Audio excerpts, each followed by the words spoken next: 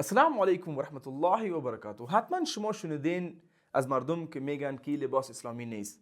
اگر کدام دیگر لباس پوشیدی میگه این لباس اسلامی نیست. اگر لباس نو از هندوستان آمده میگه این اسلامی نیست. البته این مردا همچنان شده که پتلون اسلامی نیست، یگان لباس دیگه اسلامی نیست. من میخواستم سردی مسئله بحث کنم، چون در یک مجلس بحث کرده بودم. میخواستم سردی یک ویدیو جور کنم تا بتونم به دیگران هم این بحث شریک کنم و اونا هم فایده بگیرن. برادران خوار عزیز، اسلام فقط به عرب نامده که ما بگیریم لباسای عربا را اسلامی بگذاریم و بگیم که همین لباس به کل دنیا باید شود. بلکه توپ یک چیز خوب است که بپوشی حیات پرد میشه، لیکن این معنی نیست که فقط لباس اسلامی است. لباس اسلامی براتون تشریح میکنم.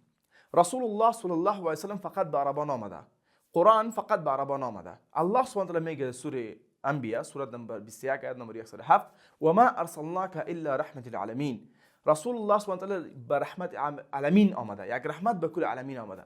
و قرآن همچنان پیغام قرآن که در سوره بقره آیه نمبر 185 و سوره العمران آیه نمبر 80 که قرآن به کل انسانیت آمده و همچنان سوره الزمر آیه نمبر سوره نمبر 39 و آیه نمبر 41 که قرآن به کل انسانیت آمده. یعنی به این معناست که ما باید فقط لباس خدا و یا عمل خدا به عربا نبایستیم. ما ببینیم که چی کلچر عربا بود و چی اسلام. این رو باید بفهمیم.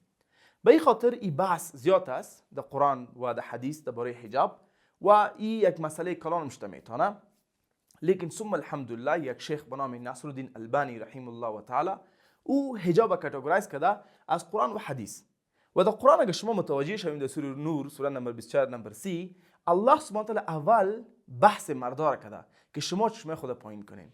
اکثر خورا که لباس درست میپوشن و تیر میشن مردا باش میبینن باز میگن چرا اینطوری لباس پوشیده. نه برادر عزیز، اول به خودت گفته که چشم پایین کو الله سبحانه و تعالی. باز در سوره نور سوره نمبر 24 نمبر 31 الله سبحانه و تعالی درباره حجاب زنح صحبت کرده. دویم سوره عذاب سوره نمبر 33 نمبر 59 الله سبحانه دوباره بحث کرده درباره حجاب. مختلف آیات دیگه هم است. من میخوایم بسیار به زبان عادی براتون تشریح کنم که حجاب اسلامی یعنی چی. حجاب اسلامی 6 کاتگوری داره و این کاتگوری فقط از ما انتخاب نشده. البته علمای دیگه که قرآن و سنت خواندن، محدثین، فقها و اینا انتخاب کردن به شمول ناصرالدین البانی و شیخ دکتر احمد بدوی و دکتر اسرار احمد همچنان در مسئله بحث کرده. دکتر عبدالکریم ذاکر نایک همچنان این کاتگوری بحث کرده که کاتگوری هر لباس داشت او لباس اسلامی است. چون لباس از پاکستان آمده، هندوستان آمده، ترکیه آمده، هیچ مهم نیست. کاتگوری چیستن؟ دو کاتگوری فرق میکنه به مرد و زن و 4 کاتگوری دیگه به زن و مرد یک چیز است. کاتگوری اول، مرد باید از نام تا زانو پود باشه، او برش لازم است. بدون او باید دیگه پود باشه. زن میتونه که روی خدا، دست خدا، پای خود نشان بده، در کل اندامش باید پود باشه. دی اختلاف نظر است که روی پود کردن یعنی نقاب پوشیدن از بخش اسلام است یا نیست، بخش شریعه است یا نیست، یعنی فرض است یا نیست. پوینت میست. ما به این نظر هستم اگر کدام جای بر بهتر است که روی پود کنی، بسم الله و تعالی، جامعه بر ثبوت کرده یعنی میتونی دو جامعه روی خود پود کنی، بسم الله. اگر در یک جای مثل اروپا روی پود کردن برات مشکل میاره، نمیتونی وظیفه بگیری، نمیتونی که درس بخونی، باز دو بخش نکن، چون این اختلاف اردویش از بین صحابه بوده و در بین علما همچنان وجود داره. دویم کاتگوری، 4 کاتگوری دیگه هست. اول به زن و مرد گفتم، 4 کاتگوری دیگه به زن و مرد یک چیز است، هیچ فرق نیست. کاتگوری سوم که یک لباس که زن و مرد میپوشه باید ترانسپرنت نباشه. چی معنی؟ بسیار نازک نباشه که دانچه وجود دیده نشوه. این حرام است به زن و مرد.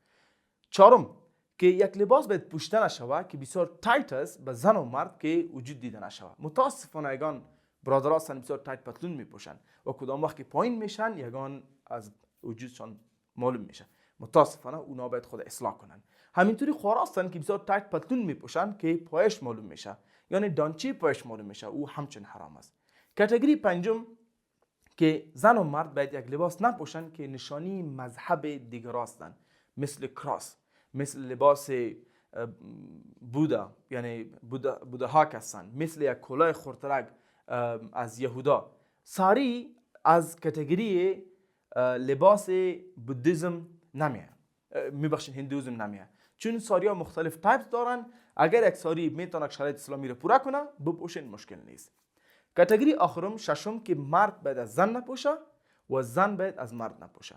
یک کاتگوری دیگه است که علما میگن که هیچ زن و مرد باید لباس نپوشه که او بسیار گلامرس باشه، مثل اگان نشانی دیجا یا در اندام یک چیز دیگه که سکشوال اترکشن داشته باشه، یعنی یک چیز جسمانی لقب بده. نه، او کاتگوری همچون در اسلام حرام است. انشالله که هر لباس میپوشین ببینین اگه این 6 کاتگوری پورا کرد لباس اسلامی است. لازم نیست که هر لباس باید لباس عربی باشه. امید دارم که ویدیو را دیده باشین تا آخر و چیزی یاد گرفته باشین و همچنین مامورای فامیلتون شریک کنین که در خیر شما هم شریک کنین. بارک الله فیکم. السلام علیکم و رحمت الله و برکاته.